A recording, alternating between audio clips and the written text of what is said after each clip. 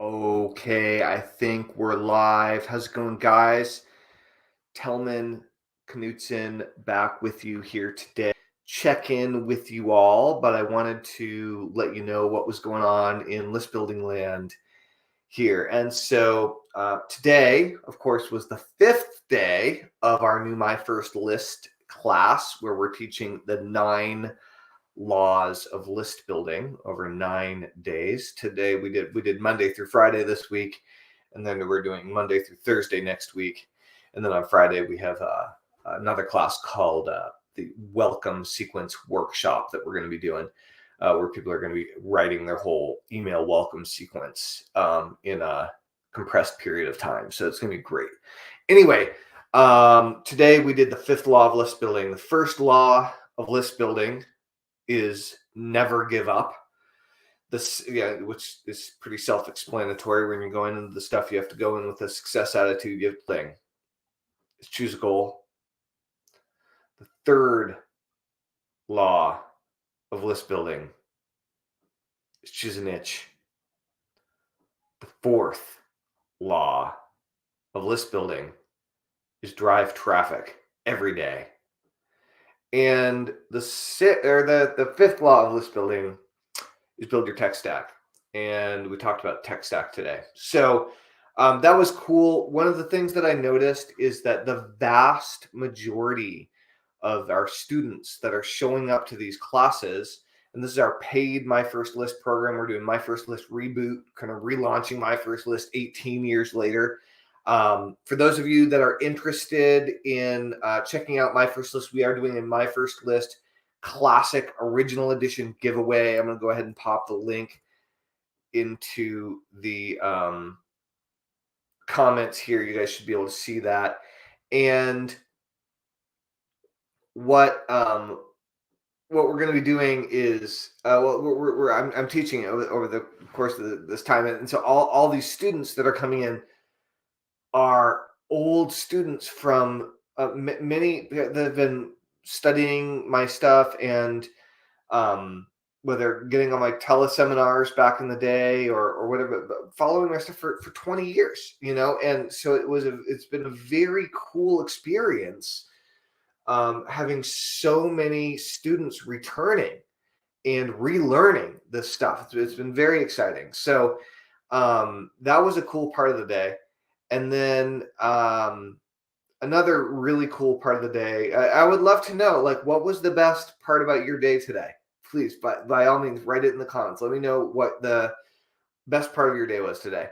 One of the other things that has been really great is I've been doing this thing called 75 Hard. And there are a lot of reasons that I'm doing it. This is the second time I've done 75 Hard. I did it once a couple of years ago, and it was quite transformative and helpful for me. I'm finding it even more helpful this time. And it's this protocol, right, that this guy Andy Frisella designed. And what you do is you do these 5 things every day for 75 days. And the purpose of that is to get really, really, really good and in the habit of following through on the commitments that you make to yourself, especially the ones that nobody else knows about, right? The things that you say you're going to do, but often you don't do. I was finding myself not making the progress in my life and my business that I wanted to make. And I was like, man, how can I get back on the train? How can I sharpen my sword here? How can I get my edge back? 75 Hard helps me to do that. And so every day you have to drink a gallon of water. You have to commit to a diet that moves you in the direction of your health and fitness goals. So somewhat of an aggressive diet that's going to make you stronger and fitter. And you have to stick to it without deviation, 100%. Plus no alcohol. Right, so the diet, no matter what your diet is, no alcohol. You have to exercise twice a day. One of those times needs to be outside, 45 minutes each time, and they can't be back to back. They have to be several hours apart. You have to take a scantily clad selfie. That doesn't necessarily mean naked, but like minimal enough that you can see your progress as you get in better and better shape over the course of 2.5 months. and you have to read 10 pages of educational self-improvement nonfiction where you're learning something and um, working on becoming better, learning something that's growing your mind and brain and moving yourself in that direction. And so you do all of these things every day, and then if you miss one of the things on one day, you start back over on day one, which trains you to get back on the horse when you fall off, right? It's incredibly good for self-discipline and motivation and naturally getting up earlier in the morning and eating better food and exercising more often. It really, really is incredibly helpful. And so I'm on day 20. I just completed day 26 and I am feeling overall awesome. My hip is feeling a little weird because I've been running every day for 26 days. Many of those days I've run twice a day. So my primary exercise is running. I've always been primarily a runner. And then my second exercise is mostly yoga right now. My body is like my left side in particular is so tight, and it's been that way for years. And I've never really slowed down and taken the time to get flexible. And I'm 46, and my leg is only getting tighter and in more pain. And so I decided to start doing yoga. And so when I don't run twice a day, then I'll do yoga. And so lately I've been doing yoga a little bit more than every other day. I was just doing every other day running and then every other day yoga for my second workout. But I've been doing a little bit more yoga because the more I run every day, the tighter and tighter and tighter my legs are becoming. And so I find that doing deep yoga is not only extremely painful, but like it also really makes me flexible because my body needs it. So I've been on the bulletproof diet, which I read the bulletproof diet book and I read the bulletproof cookbook. I need to buy a new copy, and I like it. It works well for my body. I love bulletproof coffee, and I've worked very well with the bulletproof diet when I did 75 hard in the past, and it makes me feel great. So bulletproof diet is what I'm doing. The first book that I read with my 10 pages a day was the 75 hard book, and that was a reread because I read that as one of my books during 75 hard before, so it was a reread.